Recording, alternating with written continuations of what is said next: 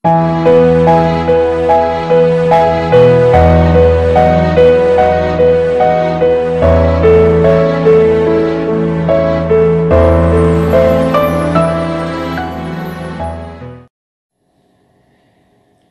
Ibu, saudara-saudara yang kekasih di dalam Tuhan Yesus Kristus, saat ini kita berkumpul dalam sukacita bersama atas kasih setia Tuhan. Tuhan setia berkarya meneguhkan iman kita. Rencananya indah pada waktunya dan tidak pernah terlambat pertolongannya atas kita. Patutlah kita bersyukur kepada Allah yang setia dan menyertai langkah kita.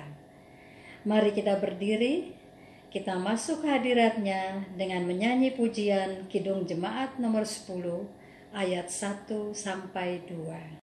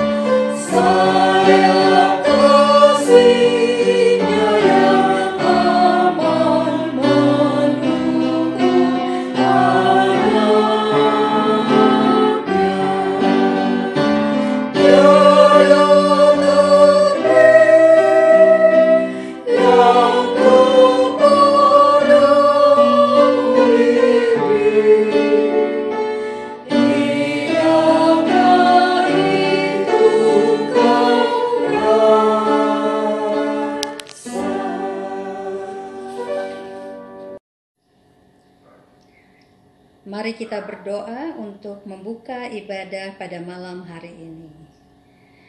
Ya Allah Bapa Maha Pengasih, Maha Penyayang, Allah dalam Tuhan Yesus Kristus Juru Selamat kami bersyukur Tuhan berkenan kami boleh menghampiri hadirat Tuhan dalam ibadah keluarga pada hari ini, hari Rabu 27 Mei tahun 2020. Di tengah suasana pandemi, kami sekeluarga bersyukur walau dalam ibadah online seperti ini, Tuhan berkenan bersama dengan keluarga-keluarga yang lain dalam jemaat GPIB Sangkakala di rumah kami masing-masing. Kami mau datang memuji, membesarkan nama Tuhan. Ya Bapa, urapilah pendeta kami, Ibu Pendeta Esterina, untuk menyampaikan isi hati Tuhan di dalam ibadah malam ini. Kiranya ibadah keluarga ini boleh berlangsung dari mula hingga akhir di dalam nama Bapa, Putra, dan Roh Kudus. Amin. Mazmur berbalasan, kita membaca dari Mazmur 119 ayat 1 sampai 8. Berbahagialah orang-orang yang hidupnya tidak bercela, yang hidup menurut Taurat Tuhan. Berbahagialah orang-orang yang memegang peringatan-peringatannya, yang mencari Dia dengan segenap hati, yang juga tidak melakukan kejahatan, tetapi yang hidup menurut jalan-jalan yang ditunjukkannya. Engkau sendiri telah menyampaikan titah-titahmu, supaya dipegang dengan sungguh-sungguh, sekiranya hidupku tentu, untuk berpegang pada ketetapan-Mu, maka aku tidak akan mendapat malu.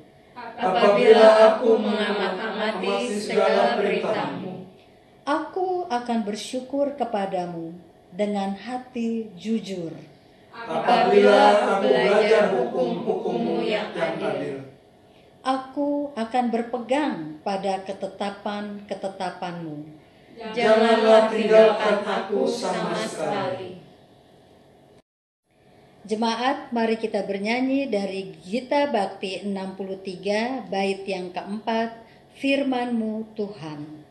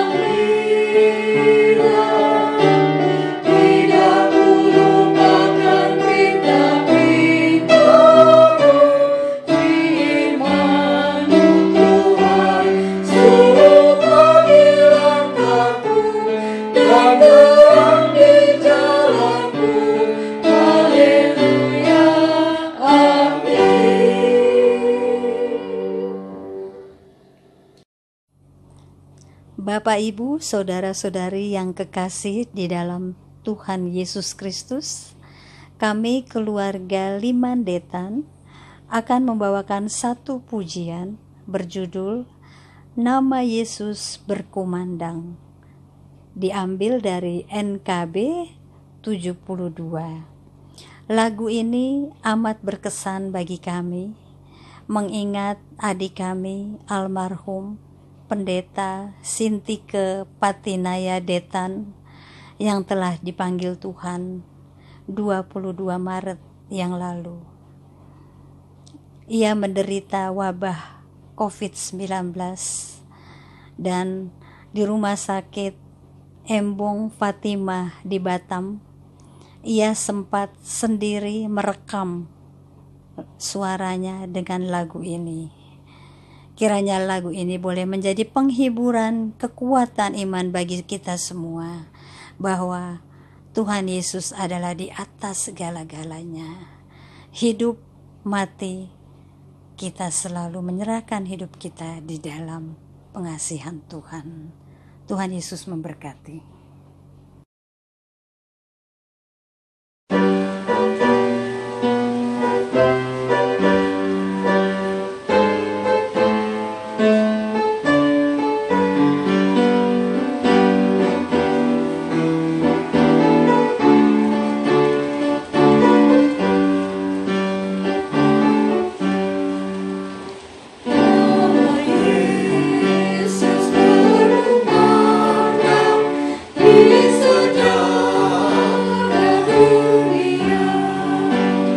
Nama Yesus menyampaikan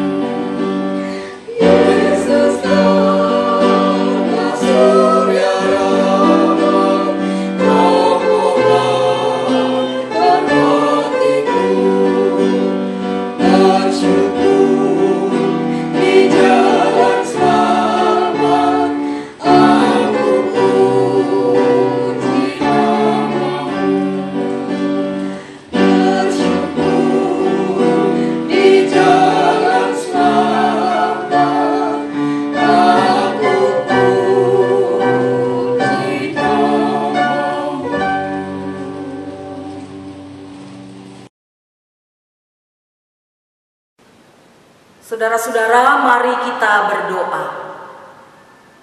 Ya Tuhan, bukalah pendengaran, pikiran dan hati kami, dan terangilah dengan Roh Kudus, sehingga kami mampu mendengar kebenaran dan memahami kehendak-Mu di dalam firman yang dibacakan dan diberitakan, sehingga oleh tuntunan Roh Kudus-Mu juga kami dapat mewujudkannya dalam kehidupan setiap hari. Amin. Pembacaan Alkitab. Jemaat, marilah berdiri untuk mendengar firman Tuhan yang dibacakan dari Alkitab. Kitab Amos pasal 2 ayat 4 sampai 5 yang menyatakan, beginilah firman Tuhan, karena 3 perbuatan jahat Yehuda, bahkan 4, aku tidak akan menarik kembali keputusanku. Oleh karena mereka telah menolak hukum Tuhan dan tidak berpegang pada ketetapan-ketetapannya, tetapi disesatkan oleh dewa-dewa kebohongannya yang diikuti oleh nenek moyangnya, aku akan melepas api ke dalam Yehuda, sehingga puri Yerusalem dimakan habis. Demikian pembacaan Alkitab. Berbahagialah setiap orang yang mendengar firman Tuhan dan yang melakukannya. Terpujilah Tuhan Yesus. Haleluya.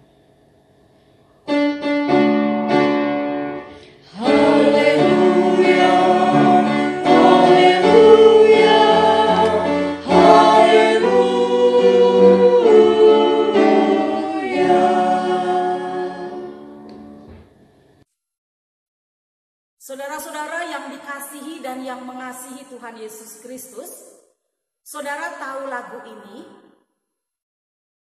Apalah arti ibadahmu kepada Tuhan, bila tiada rela sujud dan sungkur? Apalah arti ibadahmu kepada Tuhan, bila tiada hati tulus dan syukur? Ibadah sejati jadikanlah persembahan, ibadah sejati kasihilah sesamamu, ibadah sejati yang berkenan bagi Tuhan, jujur dan tulus ibadah murni bagi Tuhan. Ya, benar saudara. Lagu itu diambil dari pelengkap Kidung Jemaat atau PKJ nomor 264. Saudaraku, lirik lagu yang tadi benar-benar mengajak kita bahwa Tuhan akan menerima ibadah yang kita lakukan jika ibadah kita itu sungguh-sungguh berkenan di hadapannya. Timbul pertanyaannya, apakah memang ada ibadah yang tidak berkenan? Ada saudara-saudara, ada. Seperti dalam konteks Amos, ya, konteks Amos yang kita baca, ibadah mereka adalah ibadah yang dibenci oleh Tuhan. Tuhan pernah membenci, bahkan Tuhan pernah tidak senang pada ibadah raya mereka, pada persembahan korban yang dilakukan oleh orang Israel. Itu ada di dalam Amos pasalnya yang kelima ayat 21 sampai 23. Aku membenci, aku menghinakan perayaanmu dan aku tidak senang kepada perkumpulan rayamu. Sungguh, apabila kamu mempersembahkan kepadaku korban-korban bakaran dan korban-korban sajian, aku tidak suka. Dan korban keselamatanmu berupa ternak yang tambun, aku tidak mau pandang. Jauhkanlah semua itu daripadaku, keramaian nyanyian-nyanyianmu, lagu gambusmu tidak mau aku dengar. Saudara-saudara, kenapa Tuhan tidak mau menerimanya? Yang pertama, perbuatan Israel yang berdosa. Bangsa-bangsa yang ada di sekeliling Israel, diantaranya Damsyik, Gaza, Tirus, Edom, Amon, dan Moab, mereka penyembah berhala, mereka kejam, mereka fasik, dursila. Itu ada di Amos 1 ayat 3 sampai pasal 2 ayat 3. Dan lama-kelamaan gaya hidup bangsa-bangsa itu mempengaruhi rohanian umat Israel. Mereka menerima suap, korup, kebejatan moral juga yang ada pada saat itu merajalela. Dan sekelompok masyarakat hidup mewah secara berkelebihan. Yang kaya semakin kaya, yang miskin semakin miskin. Bahkan sistem peradilan pun pada saat itu rusak, sudah ipuh atau pahit, kata firman Tuhan. Kemudian yang kedua, kenapa ibadah Israel ditolak atau Tuhan tidak menyukainya? Yang kedua, karena umat Israel hidup dalam pementingan diri sendiri, egois, hidup dalam ketidakadilan. Mereka jauh dari ketulusan dan jauh dari kasih Tuhan dan juga kasih kepada sesama manusia. Kemudian yang ketiga, umat Israel secara tindakan keagamaannya sepertinya mereka menghormati Allah yang membawa mereka keluar dari perbudakan Mesir. Tetapi ternyata mereka sebenarnya lebih mengikuti kebiasaan-kebiasaan bangsa-bangsa yang ada di sekitarnya pada saat itu, yang suka berpesta pora, menyembah dewa binatang, patung-patung yang diungkapkan dalam keramaian dan pesta pora. Dengan demikian saudara, sebenarnya mereka sudah hidup dalam penyembahan berhala karena mereka lebih mengikuti tren dunia yang ada di sekitar mereka saat itu daripada menghormati Allah. Tindakan keagamaan mereka bukan hanya karena hati mereka yang takut untuk mengasihi Allah, bukan, tetapi lebih kepada mereka mengikuti gaya hidup bangsa-bangsa yang ada di sekitarnya. Dan itu berarti mereka sudah tidak lagi menghormati Allah dan juga bukan menyembah Tuhan. Yang keempat, umat Israel mengabaikan Taurat Tuhan dan lebih menjondongkan hatinya kepada dewa asing. Yehuda telah berbuat jahat cukup 3 kali, tetapi sampai 4 kali, dan ini merupakan simbol kejahatan yang sempurna. Oleh karena itu, setelah Tuhan Allah menghardik dengan keras bangsa-bangsa yang telah mempengaruhi hidup mereka, maka di sini Nabi Amos, sang peternak domba dan petani kebun ara, hutan, ya itu pekerjaannya, peternak domba, petani kebun ara, hutan, ya dia dari Tekoa, 20 km di sebelah selatan Yerusalem. Akhirnya sang Nabi Amos ini dia mengungkapkan bahwa Yehuda telah tersesat, Yehuda telah menyimpang dari jalan Tuhan. Penyimpangan itu bahkan sudah dilakukan sejak leluhur mereka, sehingga menjadi sebuah warisan turun-temurun yang pada akhirnya membuat generasi saat ini juga meneruskannya. Tuhan tidak berdiam diri, saudara-saudara. Dia sudah memberikan kesempatan kepada umatnya untuk berbalik, memberikan kesempatan kepada umatnya untuk bertobat. Tetapi hal itu tidak pernah terjadi. Dan pada akhirnya Allah menurunkan hukumannya, yaitu Puri Yerusalem, yang merupakan gambaran bagi istana dan bait Allah itu akan dimakan api. Saudara-saudara, dari keempat catatan ini kita memperoleh pembelajaran. Apa saja? Yang pertama, apa makna ibadah bagi saudara dan saya? Sebagian besar orang mungkin akan menunjuk kepada rangkaian peribadahan kita secara liturgis yang dilakukan di ibadah minggu atau di ibadah-ibadah yang lainnya. rangkaian puji-pujian, kemudian ada doa, ada pelayanan firman Tuhan, kemudian ada persembahan pujian paduan suara atau vokal grup, dan lain sebagainya. Itu semua melekat di dalam benak kita sebagai makna dari ibadah kita kepada Tuhan. Memang di dalam satu sisi pernyataan ini benar, namun mungkin kita perlu mempertanyakan lagi di dalam hati kita masing-masing. Apakah ibadahnya hanya memang sebatas itu? Ibadah yang sejati itu, seyogyanya itu seperti apa? Dalam menanggapi pertanyaan ini, sang pemazmur di Mazmurnya yang ke-50 menyatakan demikian. Mazmur 50 ayat 23. Siapa yang mempersembahkan syukur sebagai korban, ia memuliakan aku. Siapa yang jujur jalannya, keselamatan yang dari Allah akan kuperlihatkan kepadanya. Persembahan syukur adalah bentuk puji-pujian maupun persembahan dalam bentuk lainnya memang adalah sarana kita untuk mensyukuri, sarana kita untuk bersyukur, untuk berterima kasih kita atas kemuliaan Tuhan, atas kebaikan Tuhan, atas karya Tuhan yang begitu besar. Namun kita juga diminta untuk hidup dalam jalan hidup yang jujur, atau dengan kata lain, hidup dalam jalan yang benar, jalan yang dikehendaki Tuhan.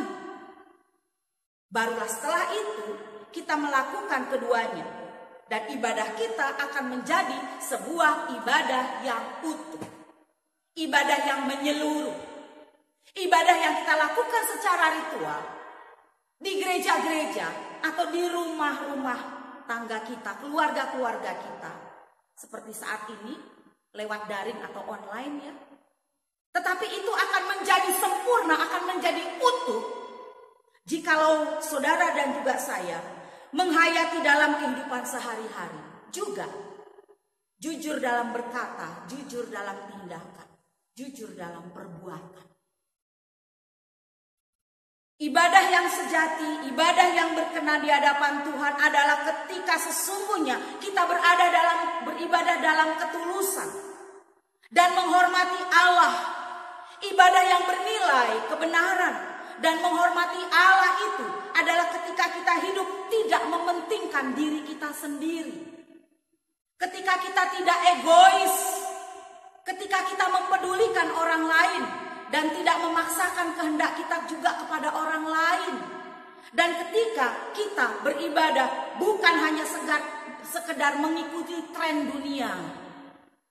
Tren dunia yang penuh dengan gemerlap, yang hanya mementingkan keramaian atau bahkan juga hiburan.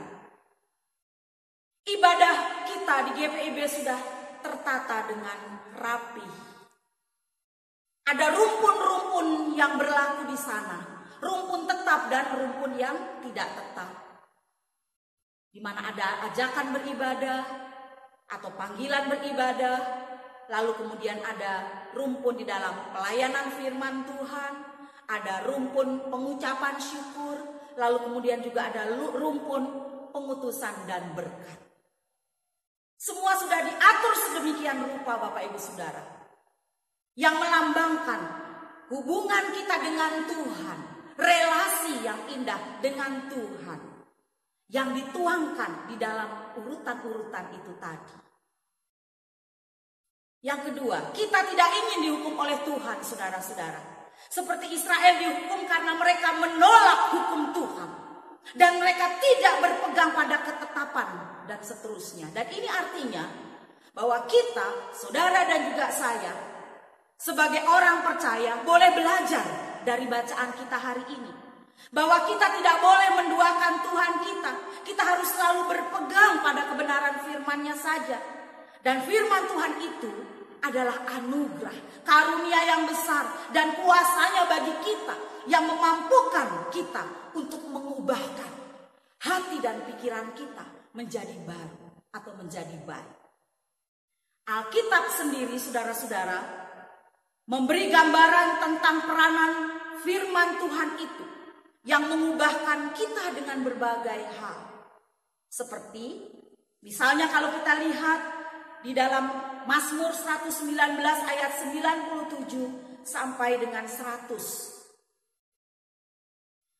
Di sana gambaran Tuhan tentang peranan firman Tuhan. Sebagai apa? Guru. Di sini dikatakan, guru yang menuntun kita dan memberikan hikmat kepada kita untuk mengenal jalan kebenaran. Kemudian yang kedua, sebagai pedang bermata dua yang mengerat dan membuang hal buruk dalam diri kita. Ibrani 4 ayat 12 dan 13. Kemudian yang ketiga, seperti cermin yang menyatakan kesalahan kita dan mengoreksi kehidupan kita. 2 Timotius 3 ayat 16 dan Yakobus 1 ayat 22 sampai 24. Kemudian yang kelima, gambaran tentang firman Tuhan. Maaf, yang keempat, sebagai lampu senter. Lampu senter yang dapat menerangi jalan yang gelap di waktu malam sehingga kita tidak salah arah. Mazmur 119 ayat 105. Kemudian yang kelima, firman Tuhan itu digambarkan sebagai filter yang dapat menyaring segala sesuatu sehingga hidup kita tidak mengikuti pola dunia ini yang hidup di dalam kegelapan. Mazmur 1 ayat 1 sampai 6. Kemudian yang keenam, firman Tuhan itu juga sebagai makanan rohani. Makanan rohani yang membuat saudara dan saya mengalami proses pertumbuhan. Sehingga kita dewasa di dalam iman, juga di dalam perbuatan. Makanan rohani yang mendewasakan iman sehingga kita bisa bertumbuh, mengenal akan kebaikan dan kebenaran firman Tuhan. Dan yang ketujuh, gambaran tentang firman Tuhan ini memberikan satu arti bagi kita bahwa kita dapat mengenal jalan keselamatan melalui Tuhan kita, Yesus Kristus. Oleh sebab itu, saudara-saudara, manfaatkanlah firman Tuhan untuk mentransformasikan hidup kita terus-menerus, berkesinambungan, tidak pernah terputus. Dan kita nggak boleh lalai. Kita tidak boleh lalai untuk membaca dan merenungkan firman itu siang dan malam. Mazmur 1 ayat 1 sampai dengan 3. Dan marilah kita boleh belajar berkomitmen juga seperti sang pemazmur. Aku memikirkan jalan-jalan hidupku dan melangkahkan kakiku menuju peringatan-peringatanmu. Aku bersegera dan tidak berlambat-lambat untuk berpegang pada perintah-perintahmu. Mazmur 119 ayat 59 dan 60. Jadi saudara-saudara, supaya saudara dan juga saya tidak dihukum oleh Tuhan, lakukanlah ketujuh gambaran tentang peranan firman Tuhan ini di dalam kehidupan kita sehari-hari. Tuhan Yesus memberkati kita. Amin. Saat teduh selesai.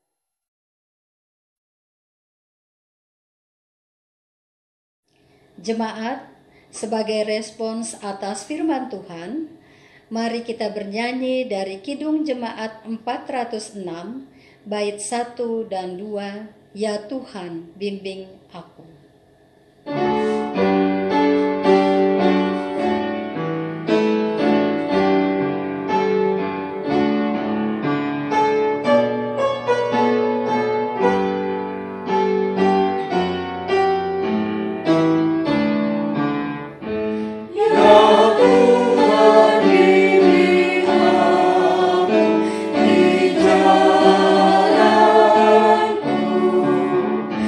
Sorry.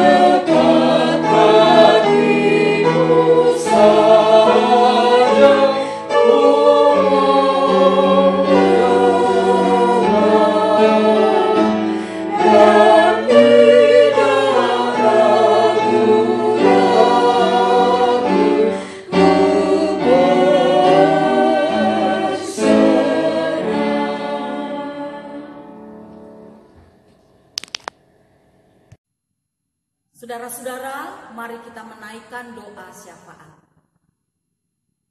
Bapa kami yang di sorga, kami mengucap syukur yang sebesar-besarnya kepadamu atas penyertaan yang telah Engkau berikan kepada kami, khususnya hamba-Mu yang penuh dengan dosa ini, sehingga hamba dapat menyampaikan kebenaran firman-Mu. Kami juga bersyukur dan berterima kasih karena kami telah mendengarkan firman yang Engkau sabdakan kepada kami. Ajarlah kami agar kami mampu untuk menjadi pelaku firman yang hidup dalam kehidupan kami masing-masing. Kami berdoa bagi pelayanan gereja Tuhan dimanapun jemaat dan gereja Tuhan berada, termasuk gereja kami GPIB, baik itu di tingkat sinodal, di tingkat mupel, dan jemaat kami GPIB Sangkakala. Kami memohon agar pelayan Tuhan di gereja kami presbiter, pengurus penampakat, komisi, kami sebagai pelayan, kakak layan PA dan PT, kami sebagai pegawai, dan kami semua pelayan-pelayan pemuda yang merekam ataupun juga yang membantu kami. Berkatilah kami semua dalam pelayanan kami. Kami tetap diberikan kekuatan agar menjadikan diri kami untuk melayani Tuhan dengan lebih baik lagi. Kami juga mengucap syukur karena kesehatan dan kekuatan yang Kau telah berikan kepada kami, juga kepada jemaat yang sakit dimanapun mereka berada, mereka yang tidak dapat beribadah kepada Tuhan karena terbaring di rumah atau di rumah sakit. Biarlah pada kesempatan yang lain mereka juga boleh ikut ambil bagian dalam ibadah secara online. Kami juga berdoa buat lingkungan di mana kami tinggal. Tidak lupa kami memohon kepadamu Tuhan, bagi pemerintahan bangsa dan negara kami. Tuhan menyertai kami, presiden, wakil presiden, anggota DPR, termasuk juga mereka, para wali kota, gubernur, wali kota, camat, RW, RT setempat. Tuhan memberikan pelayanan yang terbaik juga buat mereka, sehingga mereka pun juga dapat roh hikmat dari Tuhan memberikan pelayanan yang baik buat kami sebagai rakyatnya. Tuhan menjauhkan segala keburukan yang dapat memecah belah persatuan dan kesatuan bangsa Indonesia. Kiranya Tuhan juga memberikan kesehatan dan umur yang panjang, serta memberkati segalanya dengan sukacita yang ada. Terima kasih ya Tuhan. Kami juga mau berdoa buat para duda, janda dan anak-anak yatim piatu. Bagi mereka yang sedang berduka cita, tolong Tuhan, di tengah kesendirian mereka, di tengah kesepian atau rasa putus asa, Tuhan membangkitkan semangat buat mereka, kekuatan buat mereka, penghiburan buat mereka.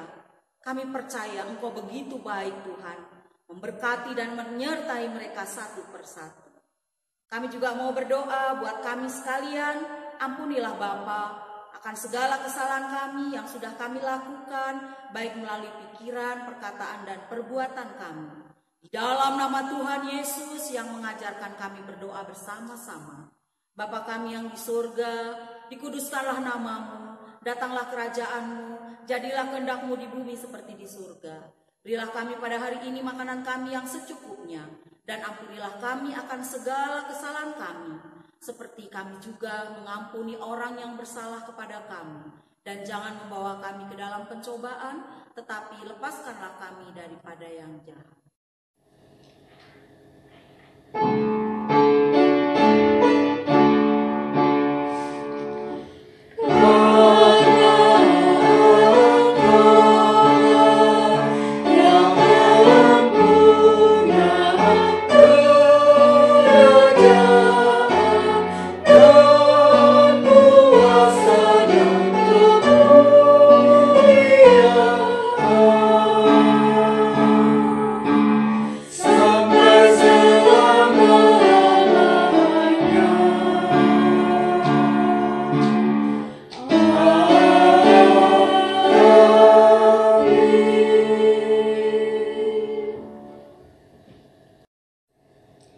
Ajakan persembahan.